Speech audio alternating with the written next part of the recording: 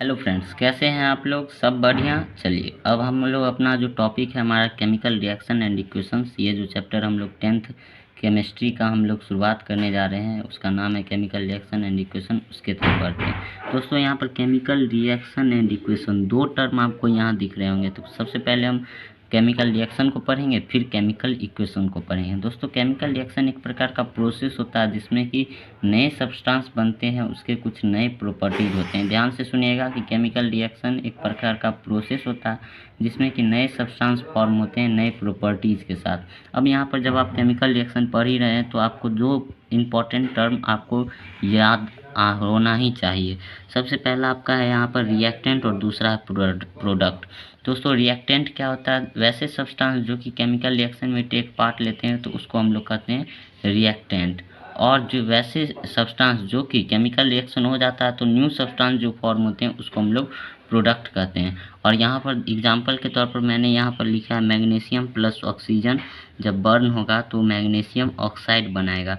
यहाँ पर जो मैग्नीशियम जो है रिबन के फॉर्म में है और ऑक्सीजन जो है एयर में है। तो ये दोनों जो रिएक्शन हो रहे हैं केमिकल रिएक्शन, तो यहाँ पर ये जो है रिएक्टेंट कहलाएंगे। और यहाँ जो प्रोडक्ट आपका निकला केमिकल रिएक्शन होने के बाद तो उसको हम लोग कहेंगे प्रोडक्ट। अब यहाँ पर जो है आपको 2 मार्क का क्वेश्चन जो है बोर्ड में पूछा जा सकता है। ये पूरा श्योरली है कि हम लोग जब मैग्नीशियम रिबन को जलाते हैं तो उसको हम लोग जो है क्लीन क्यों करते हैं। तो यहाँ पर मैंने साफ साफ लिखा है, ये मेरा जो है हैंड रिटन नोट्स है। अगर आपको चाहिए तो आप इसका स्क्रीनशॉट या फिर आप वीडियो पॉज करके इसको लिख सकते हैं। तो magnesium ribbon is cleaned by rubbing with a sand paper before burning in air. अब यहाँ पर सैंड पेपर, आपको ये जो टर्म है सैंड पेपर ये याद रखना है कि मैग्नीशियम रिबन को क्लीन करने के लिए जो हम किस पेपर का यूज़ करते हैं तो सैंड पेपर का यूज़ करते हैं। अब यहाँ पर इसको क्यों करते हैं तो ये भी मैंने लिखा, this is because to remove the protective layer of magnesium oxide from the surface of magnesium ribbon.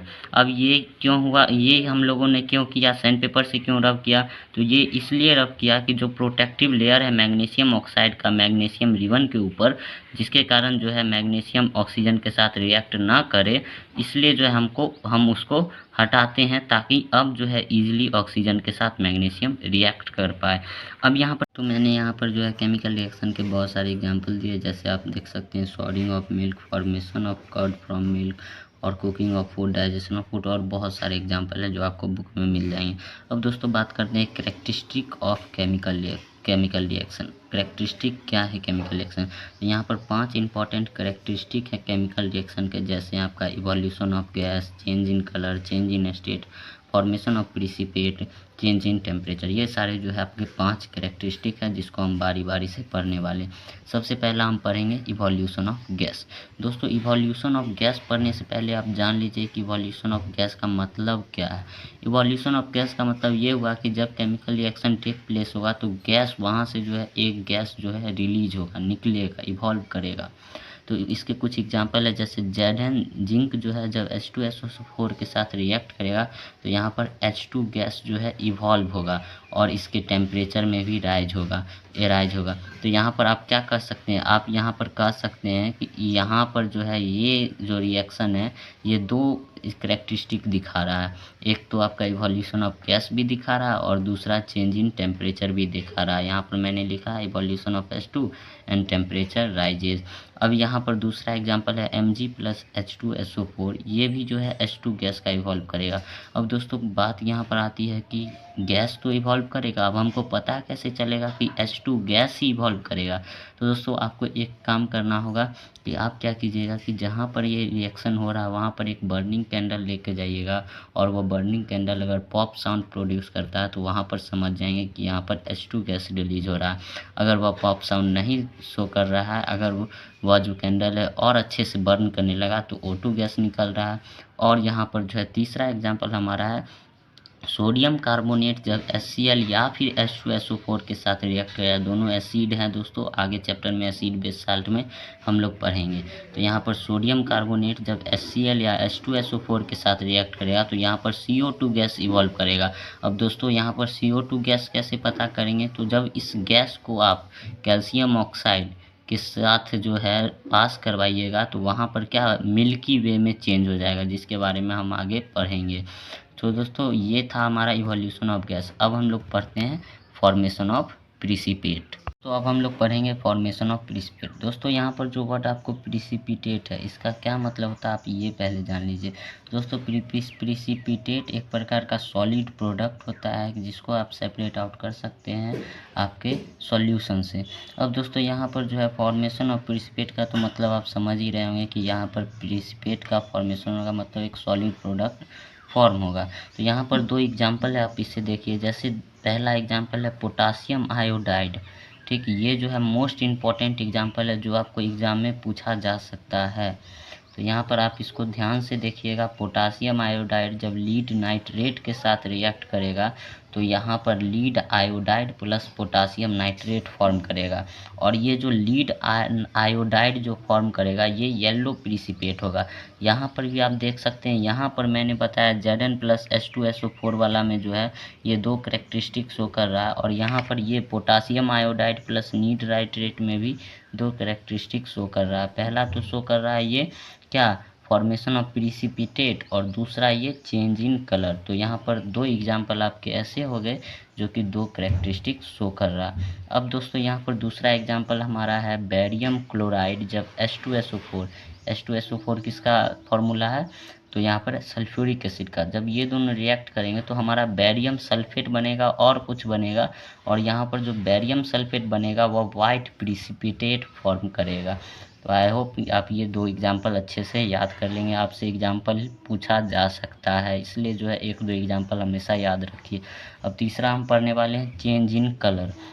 दोस्तों चेंज इन कलर मतलब क्या, जब केमिकल रिएक्शन होगा तो उसमें जो है कलर का चेंजिंग होगा। तो सबसे पहला एग्जाम्पल है आपका साइट्रिक एसिड। ठीक, साइट्रिक एसिड जब KMnO4 के साथ रिएक्ट करेगा, KMnO4 जो है पर्पल कलर का होता है। ये आपने क्लास 9th के फर्स्ट चैप्टर में भी बहुत यूज़ था KMnO4 का, पर पोटासियम पर मैग्नेट का। अब यहाँ पर जो है ये चेंज इन कलरलेस हो जाएगा, ये पर्पल कलर का होगा, लेकिन ये जब साइट्रिक एसिड के साथ रिएक्ट करेगा तो ये कलरलेस हो जाएगा। अब दोस्तों यहाँ पर दूसरा एग्जांपल है SO2 का मतलब सल्फर डाइऑक्साइड। जब पोटासियम डाइक्रोमेट जो कि ऑरेंज कलर का होता है इसके साथ रिएक्ट करेगा तो अपना कलर जो है ये ग्रीन चेंज कर लेगा।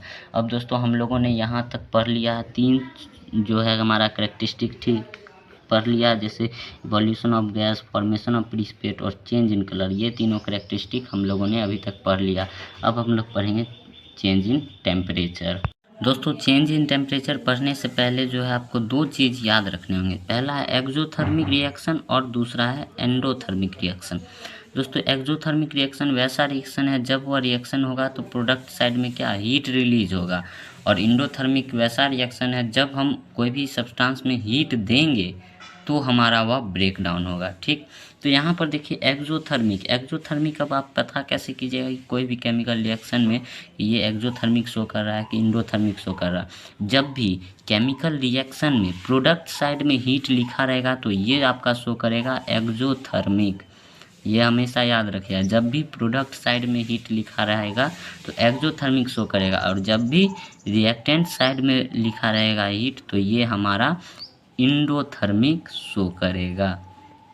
ठीक दोस्तों, आई होप यहाँ तक समझ रहे हैं। अब यहाँ पर दो टर्म जो मैंने ऊपर यहाँ लिखा है CaO और CaOH का होल ट्वाइस। दोस्तों ये जो है अलग अलग नाम से भी बुलाए जाते हैं। CaO का कॉमनली नेम है लाइम और क्विक लाइम, ये दोनों वर्ड नाम से हम लोग बुलाएंगे। फिर यहाँ पर CaOH का होल ट्वाइस का नाम है सिलेक्ट लाइम।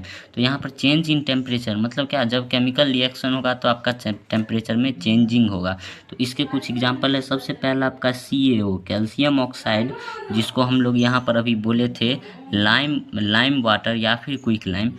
ये जो है जब H2O वाटर के साथ रिएक्ट करेगा तो हमारा CaOH का whole twice plus heat produce करेगा। तो CaOH का होल ट्वाइस क्या है हमारा, यहाँ पर मैंने बताया था जैसे सिलेक्ट लाइम, इसको हम लोग सिलेक्ट लाइम कहते हैं। यहाँ पर हीट ये क्या शो कर रहा है, ये प्रोडक्ट साइड में जो हीट है ये शो कर रहा है एक्सोथर्मिक, और ये रिएक्टेंट साइड में जो हीट है ये हमारा शो कर रहा है इंडोथर्मिक। ठीक दोस्तों, तो यहाँ पर देखिए जब ये हमारा है बेरियम हाइड्रोक्साइड, जब NH4Cl अमोनियम क्लोराइड के साथ रिएक्ट करेगा। जब इस दोनों जब को मिला के अगर हम हीट देंगे तो उसमें हमारा barium chloride plus NH3 ammonia plus H2O बनेगा। यहाँ पर जो है आप देख सकते हैं हीट जब हम दिए तो ये ब्रेक डाउन हुआ, ये दोनों को मिला के जब हम हीट दिए तो ये ब्रेक डाउन हुआ। और यहाँ पर देखिए दोस्तों, यहाँ पर जो है टेम्परेचर में चेंजिंग होगा। ये टेम्परेचर कैसे, जब आप ये दोनों रिएक्शन जो कंटेनर में हो रहा है आप उस कंटेनर को जब छू के देखिए तो आपको बहुत गर्म फील होगा, और ये रिएक्शन में जब आप कंटेनर को छू के देखिएगा तो बहुत ठंड फील होगा। ये आप ज़रूर देखिए करिएगा। ये चूना पत्थर का एग्जांपल है CaO, आप इसे ज़रूर कीजिएगा क्योंकि आपके घर में वाइट वॉशिंग होता है तो ये आपको देखने को मिल सकता है। अब पांचवा हमारा कैरेक्टरिस्टिक है चेंज इन स्टेट। दोस्तों चेंज इन स्टेट का मतलब क्या, जैसे लिक्विड मिल के और गैस बन गया, ऐसे करके जो है स्टेट का चेंजिंग होना, सॉलिड मिल के लिक्विड बन गया, ऐसे करके जो है स्टेट का चेंज होना। तो सबसे पहला हमारा वैक्स, जो कि वैक्स मतलब मोमबत्ती में जो मोम यूज़ किया जाता है वो हुआ वैक्स।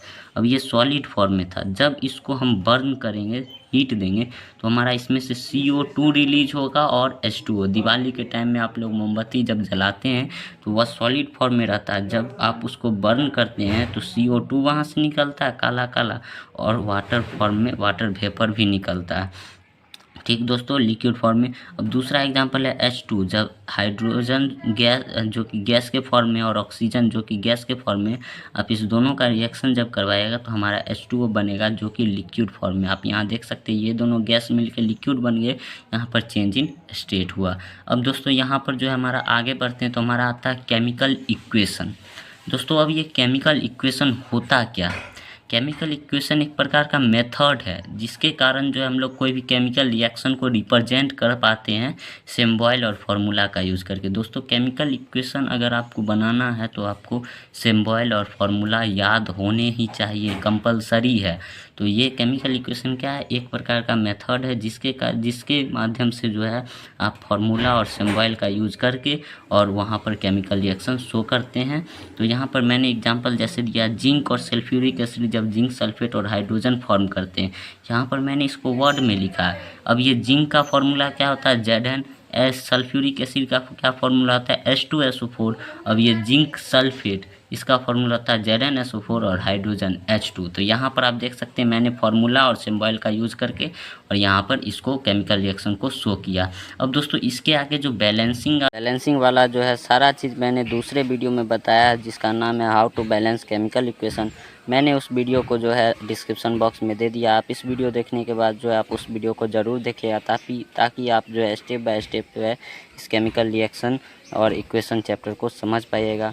आई होप आपको यह वीडियो अच्छा लगा, और अच्छा लगा तो आप इस वीडियो को ज़रूर लाइक कीजिए और शेयर कीजिए, कमेंट कीजिए, और साथ ही हमारे चैनल को सब्सक्राइब कर लीजिए ताकि हमारी जो भी नई वीडियो आने वाली होगी वो आप तक जल्द से जल्द पहुंच सके।